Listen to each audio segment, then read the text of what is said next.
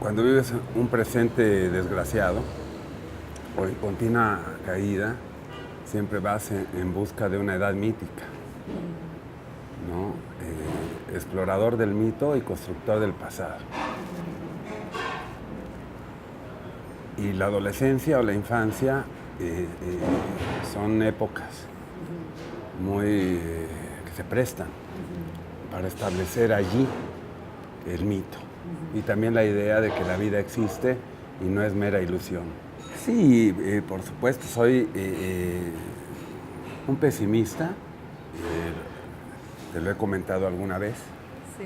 un pesimista falso e hipócrita, porque continúo escribiendo y continúo otorgándole valor a la literatura. Y todavía soy afín a ciertos placeres. Pero he cancelado, por supuesto, la idea de un futuro mejor. No creo de ningún modo, ni en lo social, ni en lo individual, que la vida vaya a cambiar diametralmente. Damos pasos pequeños a lo largo de siglos, pasos de hormiga en el universo. Mi relación de literatura-vida es íntima. No logro distanciarme totalmente de mis personajes ni de mi escritura. No es solamente un oficio, es el testimonio de una vida.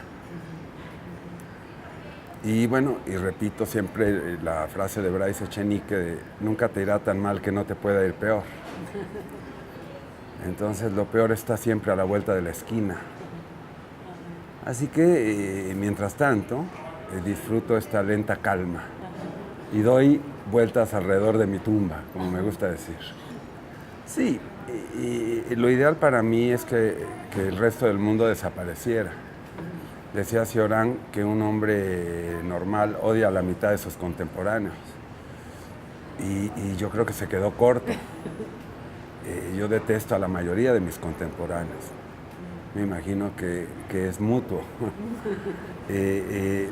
Pero creo que uno no puede vivir socialmente sin pensar en el otro.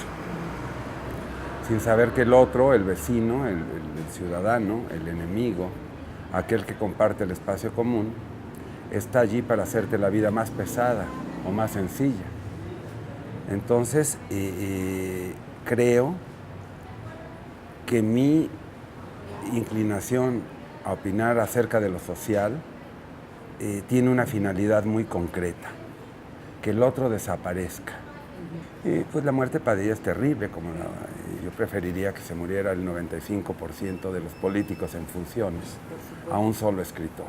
Bueno, Gerardo Valderas, toda la novela sucede en los años 70, sí, alrededor del 73 y 74, y Gerardo representa al Narciso, él es el Adonis, es la belleza ensimismada que pese al espejo construye una filosofía, ¿no? Una filosofía obviamente diletante,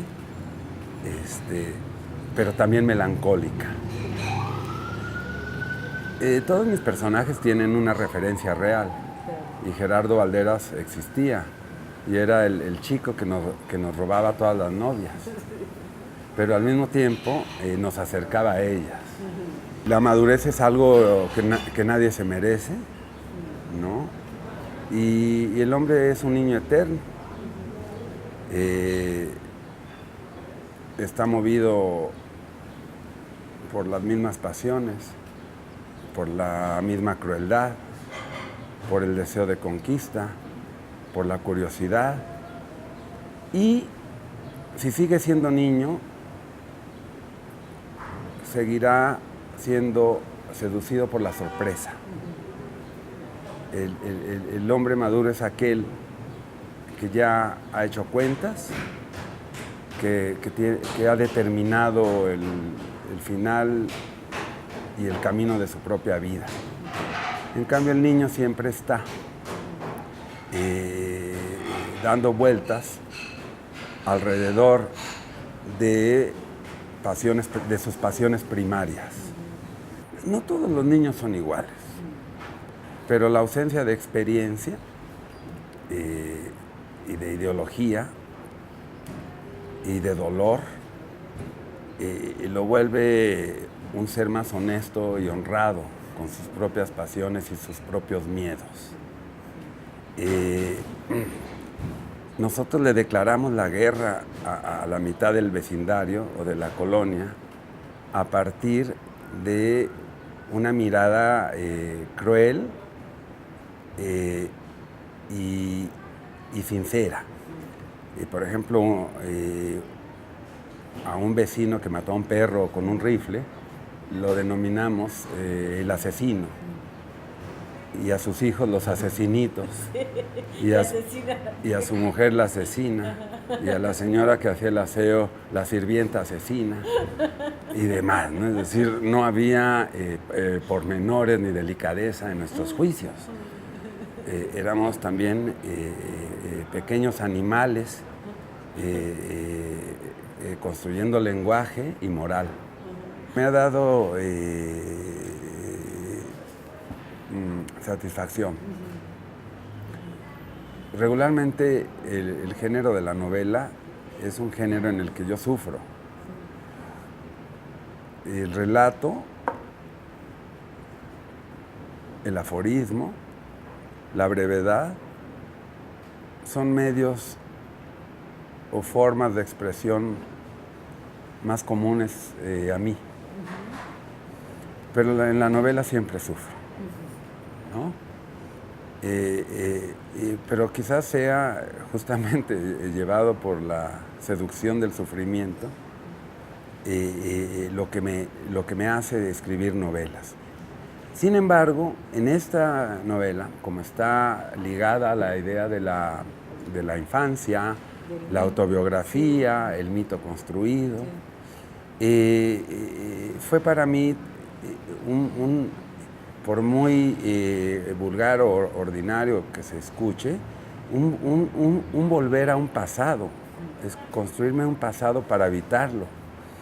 Una novela es un ritmo y es un tono, es una tesitura, y yo elegí hasta cierto punto un lenguaje apresurado, entrecortado, plagado de comas, de disrupciones, que mostrara al lector también el ritmo, como palpitaba mi vida entonces. No un lenguaje dogmático que busca la belleza, sino un lenguaje honrado que expresa sus propias debilidades a través de su desarrollo. Al ser en México un tema tan complejo, yo siempre me haría primero una pregunta, y es si en verdad existe un país, o si solamente es una entelequia política que utilizan algunos para satisfacer sus intereses. ¿Hay país? ¿Hay un Estado que le dé fortaleza al país? ¿Hay un gobierno que represente al Estado? ¿Hay gobiernos representativos que estén preocupados por el bienestar común? ¿Hay una federación? En fin, me haría primero esas preguntas, porque tengo mi experiencia con mi ciudad, con el Distrito Federal. Soy un caminante y un habitante de mi ciudad y de mi país, no de mi país, soy un habitante de la lengua castellana, que para mí eso es un país, ¿no? Decía, creo, bueno, cito otra vez a Cioran, que el país es la lengua en la que hablas, no son las fronteras físicas. O a Imre Kertész, el húngaro, Premio Nobel de Literatura, que decía que la idea de patria, país y demás le parecían tonterías, que lo que un hombre busca a lo largo de su vida es un lugar habitable. ¿Es México un lugar habitable? Yo creo que lo es para algunos, pero no para la mayoría. Y un país donde la riqueza está concentrada en tan pocas manos y la corrupción política ha llegado a grados rocambolescos, ¿no? Pantagruélicos, pues no me lleva más que al desánimo. Las democracias que están sostenidas no en la reflexión, sino meramente en el conteo de votos, o como en Estados Unidos, que es una democracia indirecta, dan lugar a que palurdos o monigotes ansiosos de poder, como Trump, puedan llegar a ser presidentes. Aquí la pregunta es si las instituciones pueden soportar a un payaso de esa naturaleza, o si el payaso se vuelve un monarca de la locura y de la tontería, y entonces habrá problemas.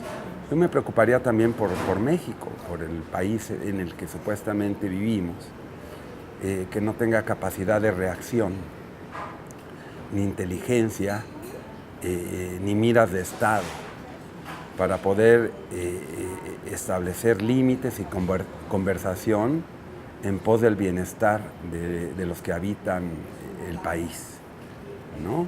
Me preocupa Trump hasta cierto punto, casi de la misma manera que me preocupa un gobierno mexicano débil y sin capacidad de respuesta, poco representativo, sin imaginación para afrontar,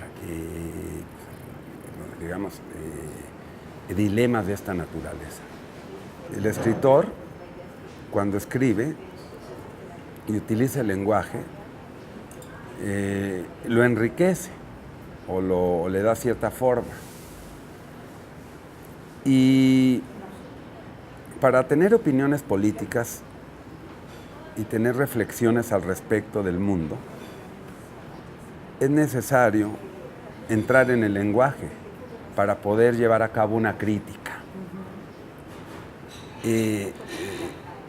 Nuestras quejas, en gran medida, son exabruptos pasionales, son quejumbres subjetivas, pero no necesariamente están expresadas a través de un lenguaje que se corresponda con nuestro desánimo y con nuestro afán de discusión. ¿Cómo puedes reclamarle a alguien su capacidad de corrupción si no tienes las palabras para hacerlo? ¿Cómo vas a reflexionar sobre las instituciones si no has leído un libro? ¿Cómo vas a poder oponerte vía pues, ¿no? la reflexión, el pensamiento a tus oponentes? ¿Cómo vas a mostrar tus miedos sociales si no tienes un lenguaje? El lenguaje es conversación, es diálogo y es integración del otro, comprensión del otro. Allí el escritor ya está haciendo su trabajo. Cuando termine la lectura, cuando se acaben las novelas, cuando las personas dejen de leer,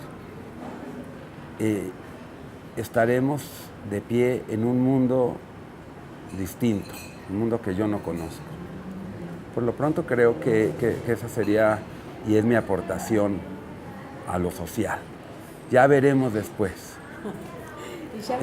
Ya veremos después, porque viene un año difícil y es necesario socialmente poner un hasta aquí a toda esta podredumbre política y esta ausencia de Estado, debilitamiento de Estado, ¿no? A favor de unos cuantos, de unas cuantas empresas y de unas cuantas personas. Pero no quiero llegar a ello. Por lo pronto quisiera quedarme en el terreno de la literatura.